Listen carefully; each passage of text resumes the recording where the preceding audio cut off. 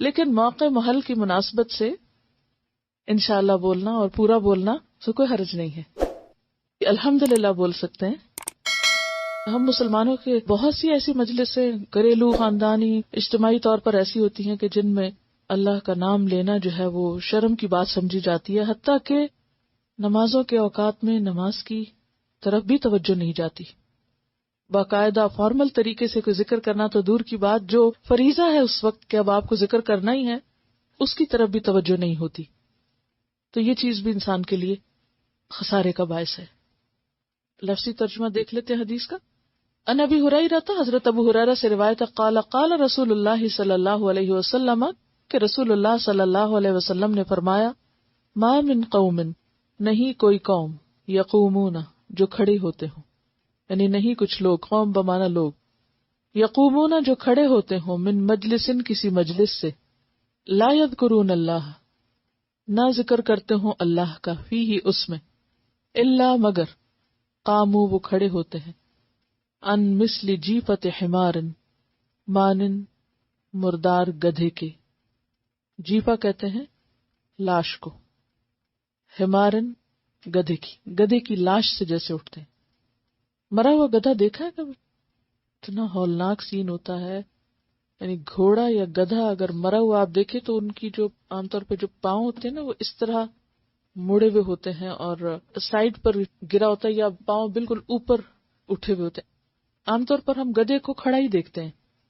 تو جب گدھا مر جاتا ہے تو مرنے کے بعد اس کا جو سین ہے، یعنی صرف دیکھنا اس کا جو ہے وہ بھی انتہائی مکروہ ہوتا ہے. یعنی مجھے بسا اوقات تصاویر میں دیکھنے کا اتفاق ہوا اور نظر نہیں ٹھہرتی اس کے اوپر، اور کہاں یہ کہ لوگ وہاں بیٹھ کے اسے نوچ کے اٹھیں. اور پھر آپ کو پتا ہے کہ مردار سے اسمیل کیسی آتی ہے. کبھی مرے ہوئے کتے کے پاس سے گزرے آپ، یا کسی بھی مرے ہوئے جانور، چوہا ہی کہیں مر جائے، کوئی مردار جانور، اس قدر تکلیف دہ بو ہوتی ہے کہ شاید ہی اس سے گندی بو کسی اور چیز کی ہوتی ہو. گویا وہ لوگ جو مل کے بیٹھے اور ہنسی مذاق کیے اور لطیفے سنائے اور سنے اور طرح طرح کی باتیں ہوئیں اور سب اللہ کے ذکر سے غافل، اور وہاں سے اٹھ گئے ہنستے کھیلتے، اپنے طور پر تو بہت خوش نظر آتے ہیں، لیکن اللہ کے ہاں ان کا یہ عمل ایسا ہے جیسے گدھے کے پاس سے اٹھے. پھر سوال یہ پیدا ہوتا ہے کہ اللہ سبحانہ وتعالیٰ نے گدھے ہی کا لفظ کیوں بولا؟ یعنی سوچنے کی بات ہے نا. بکری بولی جا سکتی تھی، بھینس، گائے بولی جا سکتی تھی، لیکن گدھا، وائے گدھا؟ گدھا جو ہے وہ حماقت کی سمبل بھی ہے. گدھے کی آواز بھی ایسی ہے کہ جو اللہ سبحانہ وتعالیٰ کو سب آوازوں میں زیادہ ناپسندیدہ ہے. ان انکر الاصوات لصوت الحمیر. تو مجلس میں بھی باتیں ہوتی، یعنی ایسے لوگ جو پھر ایسی مجلسیں جماتے ہیں وہ ایک طرح سے کیا کر رہے ہیں، یعنی گدھے سے تعلق قائم کر کے اٹھے. ناسمجھی کی بات ہے نا. یعنی گدھا ایک ناسمجھ جانور ہے، بے شعور کریچر ہے، یعنی جس کے اندر شعور نہیں، عقل نہیں، سمجھ نہیں. تو ایسے لوگ جو کہیں بیٹھیں اور پھر اپنی سب سے محبوب ہستی کو یاد نہ کریں. آپ دیکھیں جس سے آپ کو محبت ہوتی وہ آپ کو ہر جگہ یاد آتا ہے. اور کہاں یہ کہ کوئی انسان یہ دعویٰ کرے کہ مجھے اللہ سے محبت ہے اور پھر لوگوں کے ساتھ بیٹھ کے اللہ کی کوئی بات بھی نہ کرے، اور اگر لوگ موڈ میں نہیں ہے سننے کے تو خود بھی یاد نہ کرے اللہ کو، خود بھی بھول جائے اور وہ بھی انہی میں شامل ہو جائے. تو پھر اس کی عقل کا کیا عالم. اگر ہم اپنے قریب عزیز اور نزدیک کے لوگوں سے ہم اگر شروع کریں گے تو انسٹنٹ ریاکشنز بھی پتہ چلتے جائیں گے کہ توجہ نہیں دے رہے یا ان کو اچھا نہیں لگ رہا، اور پھر اس سے یہ کہ ایک جرأت اور ایک کانفیڈنس بھی آتا جائے گا، اور انشاءاللہ پھر اس سے آگے اور آگے اور آگے.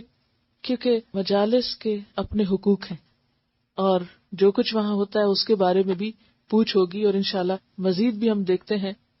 تو ضرورت اس بات کی کہ جو ہم پڑھ رہے ہیں اس پہ یقین ہو پہلے، کیونکہ ایمان مکمل ہی جب ہوتا ہے جب ہمارے اندر ان آیات کا یقین آتا ہے، اور جب یقین آ جاتا ہے تو پھر اس بات کو کرنا بھی آسان ہو جاتا ہے، اور جو چیز پتہ چلتی جائے وہ آگے بھی بتانا فرض ہو جاتا ہے.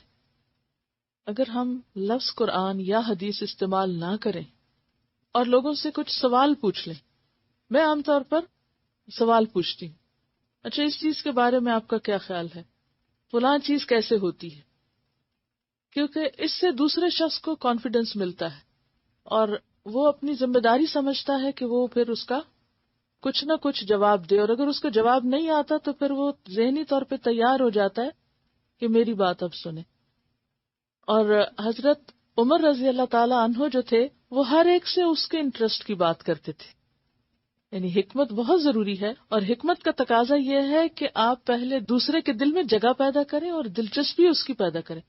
آپ بکری والے سے بکریوں کے بارے میں پوچھتے تھے، آپ دکانداروں سے ان کے شعبے اور پیشے، لوہار کے پاس ہوتے تو لوہار کے فن کی بات پوچھتے.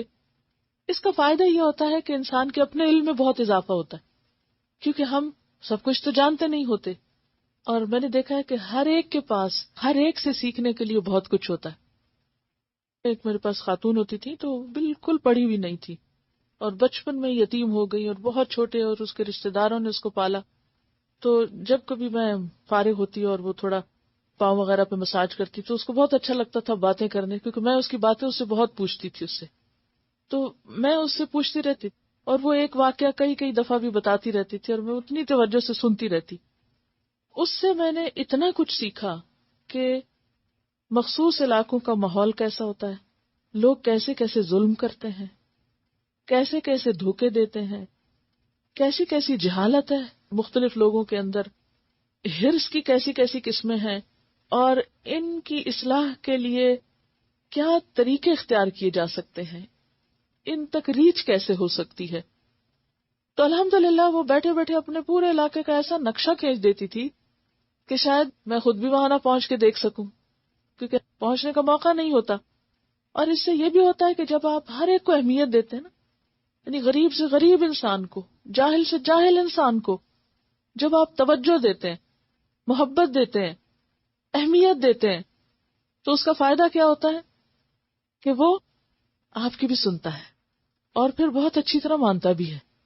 جب ہم صرف حکم چلانے لگتے ہیں یا صرف سنانا ہی چاہتے ہیں تو اس سے بعض اوقات لوگ افینڈ ہو جاتے ہیں. اگر آپ 10 باتیں سن کر صرف ایک اتنی سی بتا سکتے ہیں تو آپ کی وہ ایک اتنی بہت ویلیویبل ہے بنسبت اس کے کہ آپ اس کی ایک سنیں اور اپنی 10 سنائیں.